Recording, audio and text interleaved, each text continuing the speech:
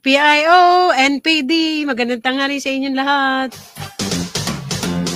So, this time, atin pong ihatid ang pag-uulat mula po sa bulwagang pangbalitaan ng Northern Police District mula kay Patrolwoman Glazel Ann Esperanza.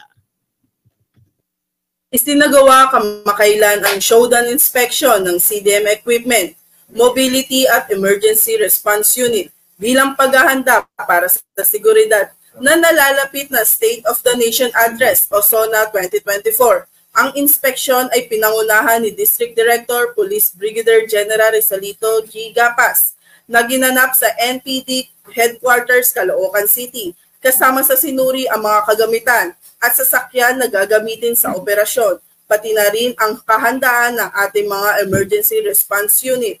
Ang hakbang na ito ay bahagi ng pagsusumikap ng Northern Police District na masiguro ang kahandaan at dedikasyon ng ating mga kapulisan sa pagpapanatili ng kapayapaan at kaayusan sa panahon ng mahalagang pambansang kaganapan na ito tulad ng SONA.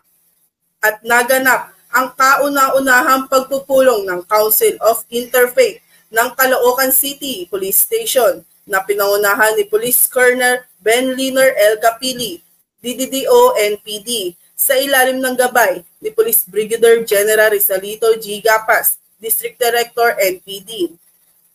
Ang nasabing pagpupulong ay dinaluhan ng mga pastors, values life coaches at squad leaders sa Buena Park, Caloocan City. Ang layunin ng pagpupulong na ito ay mapalakas ang pagkakaisa at kooperasyon sa pagitan ng iba't ibang komunidad ng pananampalataya upang isulong ang kapayapaan at seguridad sa lugar. Nagkaroon ng masiglang talakayan at palitan ng mga idea na naglalayong palakasin ang ugnayan ng pulisya at mga komunidad ng pananampalataya.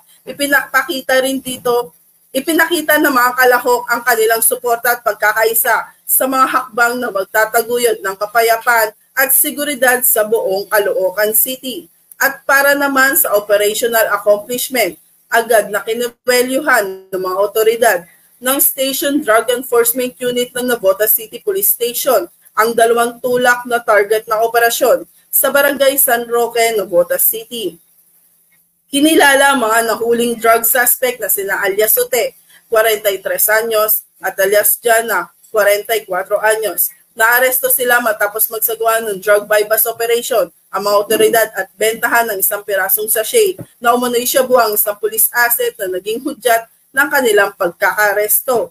Nakumpiska mula sa kanila ang bypass money, mga sachet na hinihinalang shabu na nagkakahalaga ng 1,361,768 pesos at bag.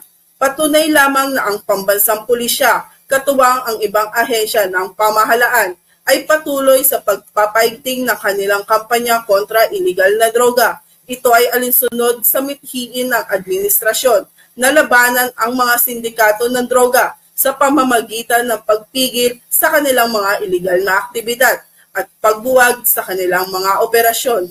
At yan po ang mga balita mula sa NPD Team Kamanava. Kaagapay mo, Patrolwoman Glazel Ann Esperanza. Okay, maraming salamat kay Patrolwoman Glazel Ann Esperanza.